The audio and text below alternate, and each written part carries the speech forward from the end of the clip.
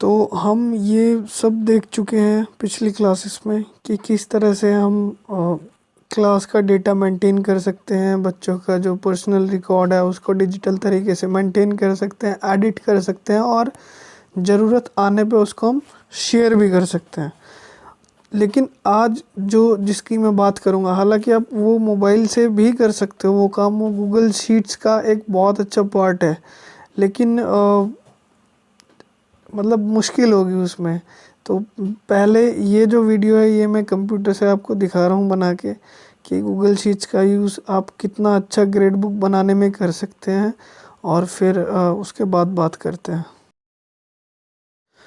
तो इसमें हम बात करेंगे कि आप जो आपने स्टूडेंट का जो डेटा मेंटेन किया, जो डेटा रिकॉर्ड करके तैयार करके रखा, उनके मार्क्स की बात कर रहा हूँ मैं स्पेशली, तो उसको आप बहुत ब्यूटीफुल तरीके से बहुत अच्छे वे में किस तरह से मेंटेन करके रख सकते हैं उसको। ठीक है, आप इसमें एक ही मतलब 1 सेकंड के अंदर आप देख के ये बता सकते हो कि 90 to 100% जिसके मार्क्स है ऐसे कितने बच्चे हैं, 0 to 59 ऐसे कितने बच्चे हैं, किन बच्चों ने टॉप किया है, किसने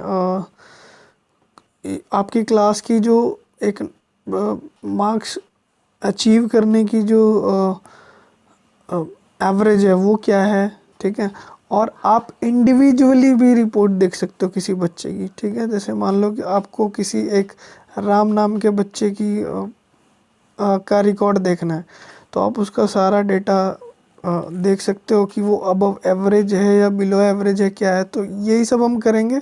और चलिए, तो मैं गूगल शीट खोला हुआ है मैंने पहले, और आप देख सकते हो गूगल शीट। ठीक है, और यहाँ से गूगल शीट क्या है, हमें बहुत सारे टेम्पलेट देता है, प्री डिफाइंड डिज़ाइन देता है। हम इनकी बात करेंगे यहाँ, ये एजुकेशन का पार्ट है। ठीक है, तो लेकिन उससे पहले मैंने एक फ़ाइल खोल लेता हूँ जो मैंने पहले से सेव करके रखी हुई है कंप्यूटर में, सॉरी कंप्यूटर पे नहीं, गूगल शीट्स पे। तो जो वो माई क्लास की एप्लीकेशन थी, उससे जो मैंने डिटेल बच्चों की डाली थी वो सारी मैंने इसमें सेव करके रखी हुई है। तो मैं जब चाहूँ खोल सकता हूँ, मैंने आपके सामने खोल दिए। तो इसमें से मैं बच्चों के नाम कॉपी कर लेता हूँ। ठीक है, जितने बच्चों के भी नाम हैं। और अब हम चलेंगे जो मैं टेम्पलेट की बात कर रहा था, तो आपको यहाँ पे क्लिक करना है और इसके बाद आप सबसे नीचे आएंगे, अलग अलग तरह के टेम्पलेट है, और आप ये ग्रेड बुक इस पर सेलेक्ट कर देंगे। ठीक है, तो इसमें प्री डिफाइंड डिज़ाइन है। वैसे तो देखो बहुत सारे फार्मूले लगाने होते हैं इन सब चीज़ में, लेकिन इसमें पहले से ही फार्मूले लगे हुए हैं, बस आपको एडिट करना है, नाम डालना है, नंबर डालना है। 3 टैब देता है ये। ठीक है, पहला टैब है ओवरव्यू का, दूसरा है ग्रेड का, तीसरा है इंडिविजुअल रिपोर्ट का। ठीक है, अभी हम ग्रेड के टैब पे हैं, यहाँ स्टूडेंट्स के मार्क्स होते हैं। ये इंडिविजुअल रिपोर्ट है, यहाँ से आप किसी भी स्पेसिफिक बच्चे के रिकॉर्ड चेक कर सकते हैं। ये ओवरव्यू है, यहाँ ग्रेड का डिस्ट्रीब्यूशन देख सकते हो, बच्चों के मार्क्स देख सकते हो। वापस हम ग्रेड वाली शीट पे आ गए हैं, और हम यहाँ जो हमने कॉपी किया था बच्चों के नाम, हम यहाँ पेस्ट कर देते हैं। ठीक है, ये मेरी क्लास के बच्चे हैं। उसके बाद क्लास नेम में आप अपनी क्लास का नाम दे दीजिए, जो भी है, 3rd है तो मैं एज ए सैम्पल 8th दे रहा हूँ। ठीक है, मैं क्लास का नाम सैम्पल 8th लिख देता हूँ। ठीक है, आपकी जो क्लास का नाम है आप वो लिख दीजिएगा। उसके बाद नीचे जो भी टीचर का नाम है वो आप लिख सकते हो। ठीक है, यहाँ आप सब्जेक्ट चेंज कर देना, आपको कुछ नहीं करना, सिर्फ जिस सेल में वैल्यू डली हुई है, देखो ये जो डब्बे हैं ना, इनको सेल बोलते हैं, तो उस डब्बे पे क्लिक करना है और डायरेक्ट टाइप कर देना है, तो वैल्यू ऑटोमेटिकली चेंज हो जाएगी। तो मैक्सिमम मार्क्स जैसे UT4 लिख दिया मैंने, जिससे मुझे याद रहे कि क्लास 8th का UT4 का है। ठीक है, मैक्सिमम मार्क्स मैंने 10 10 10 10 कर दिए ऊपर, और नीचे मैं लिखूँगा जितने मार्क्स बच्चों ने अटेन किया। ठीक है, तो फिर से मैं वापस से जो मैंने माई क्लास के थ्रू जो बच्चों के मार्क्स थे वो मैंने सेव करके रखे हुए हैं कंप्यूटर में, तो मैं उनको खोलूँगा। अगर आप पुराना रिकॉर्ड कोई बना रहे हो तो ऐसे करके आप कॉपी पेस्ट कर सकते हो। जैसे UT3 के हैं, UT3 भी हो चुके हैं, तो उनके रिकॉर्ड मेरे पास पहले से मेंटेन है, लेकिन और ज़्यादा ब्यूटीफुल वे में मुझे देखना है रिकॉर्ड, तो मैं वहाँ से मैंने पहले ही डाउनलोड किया हुआ माई क्लास से, इसीलिए मैं इसको खोल पा रहा हूँ और खोल के कॉपी करके और मैं यहाँ ला के पेस्ट कर दूँगा, ठीक है। अभी क्योंकि UT4 के अभी जस्ट रिसेंटली हुए हैं, तो आप मैनुअली आपको डालने पड़ेंगे UT4 के, कि इस बच्चे के मैथ्स में इतने मार्क्स हैं, SST में इतने मार्क्स हैं। तो मैं जल्दी जल्दी डाल देता हूँ, कुछ भी ऐसे ही XYZ डाल देते हैं हम, ठीक है। तो देखो ये जो ग्रेड का पेज है, यहाँ पे आप बच्चे की कितनी ग्रेड आई है, उसकी टोटल परसेंटेज कितनी है ना, उसने कितने मार्क्स अचीव किए हैं, ये सारा डेटा। आपको कुछ कैलकुलेटर की ज़रूरत नहीं, कुछ कैलकुलेट नहीं करना, कोई फार्मूला नहीं, मतलब कुछ नहीं लगाना आपको, ठीक है। और ये सारा काम आपका ऑटोमेटिकली हो जाएगा। तो मैं ऐसे ही बढ़ा बढ़ा के आपको दिखा रहा हूँ, कुछ भी रैंडमली मैं जस्ट डालता जा रहा हूँ वैल्यूज़, तो आप देख सकते हो, ठीक है। जस्ट ऐसे ही कॉपी पेस्ट करके, जिससे कि आप लोग देख लो, ठीक है। अभी तो SST, हिंदी और कंप्यूटर मैंने डाला हुआ है, तो आप अगले अगले कॉलम में जो जो भी सब्जेक्ट है आप वो सब डाल सकते हो। तो जैसे ये देखो, ये मैंने UT4 का डाला है अभी, क्योंकि आधे बच्चों के मार्क्स नहीं आए हैं, तो इसलिए वो अभी इंफॉर्मेशन सारी अधूरी है। तो अब मैं UT3 खोलता हूँ, जो पहले से हो चुके हैं, जिसके मैंने प्रॉपरली मार्क्स रखे हुए हैं सभी बच्चों के, ठीक है।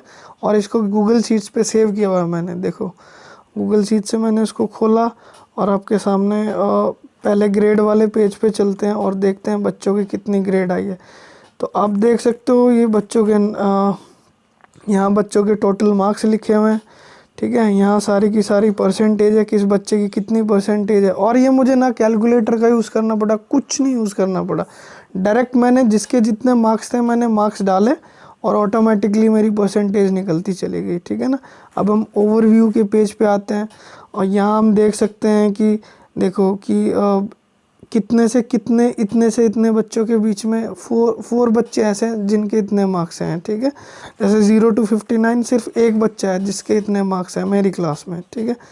उसके बाद आप इंडिविजुअली किसी एक अलग बच्चे की वो देखना चाहते हो, ठीक है। आप यहाँ कॉलम पे इस पे क्लिक करेंगे और बच्चे का नाम सेलेक्ट कर लोगे। आपके पास लिस्ट आ गई थी, जैसे मैंने दिखा लिस्ट आ गई है वहाँ पे, और मैंने सेलेक्ट कर लिया रिया।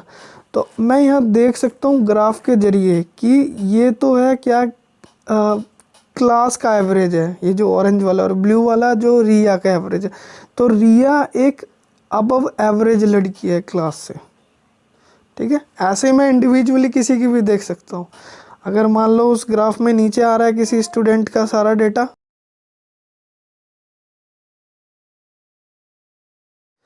तो मैं समझ जाऊँगा कि जो भी XYZ जिसकी भी मैंने डिटेल निकाली है वो बिलो एवरेज है, जो मेरी क्लास की जो एवरेज है उससे वो बिलो है वो लड़का, ठीक है।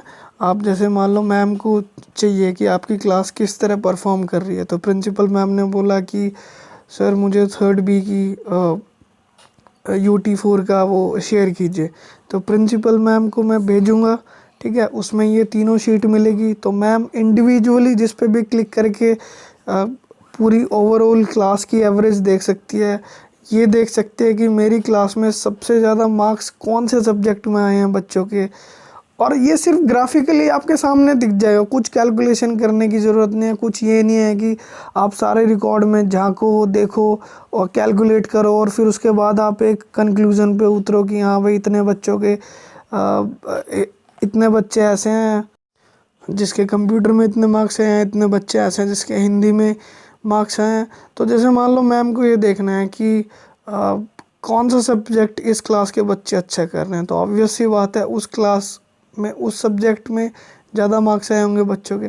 तो मैम वो ग्राफ देख के इजीली बता सकती हैं कि हिंदी का सब्जेक्ट ऐसा है जिसमें बच्चों ने सबसे ज़्यादा नंबर स्कोर किए हैं, और यह कंप्यूटर का सब्जेक्ट ऐसा है जिसमें बच्चों ने सबसे कम नंबर स्कोर किए हैं, या मतलब इस क्लास के बच्चे कंप्यूटर में ज़्यादा कमज़ोर हैं क्योंकि उन्होंने कम मार्क्स स्कोर किए हैं, ठीक है।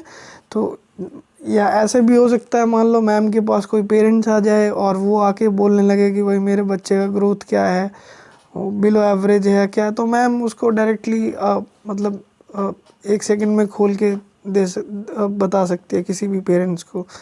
तो आप शेयर कर सकते हो, ये सारा का सारा डेटा हमेशा के लिए रहने वाला आपके पास। तो आप जब चाहो एक बच्चे का रिकॉर्ड निकाल के दे सकते हो, आप 10 साल पुराना रिकॉर्ड भी दे सकते हो, क्योंकि मैं पहले ही बता चुका हूँ कि गूगल शीट पे आप डेटा सेव करके रख सकते हैं, जो कि ऑटोमेटिकली सेव होता है, आपको सेव भी करने की ज़रूरत नहीं होती है, ठीक है। और बस इतना ही था। और बस थोड़ा सा और है कि मैं आपको ये सब तो बता ही चुका हूँ कि अटेंडेंस कैसे मेंटेन करनी है, किस तरह से रिकॉर्ड मेंटेन करना है, किस तरह से ग्रेड बुक मेंटेन करनी है। तो आपको स्कूल आराम से फ़ाइल प्रोवाइड करा सकता है। मतलब मेरी कंप्यूटर की लैब में इतनी फ़ाइलें पड़ी हुई है 10th के बच्चों की, 12th के बच्चों की, कोई साइंस के प्रोजेक्ट में, फिज़िक्स के प्रोजेक्ट में या कंप्यूटर के प्रोजेक्ट की फ़ाइलें वहाँ ऐसे ही पड़ी रहती हैं। तो आप फाइलें उठाओ और उसमें मुश्किल से 3-4 प्रिंट आपको डालने हैं, UT1, UT3, UT4, UT5, half yearly और फाइनल, तो 5 प्रिंट हो गए। और ऐसे करके आप बहुत अच्छे प्रोफेशनल वे में डेटा स्टोर कर सकते हैं, ग्रेड बुक स्टोर कर सकते हैं, ठीक है। और कभी भी बता सकते हैं कि ये बच्चा कैसा परफॉर्म कर रहा था इस साल, बिलो एवरेज था या क्या था, ठीक है।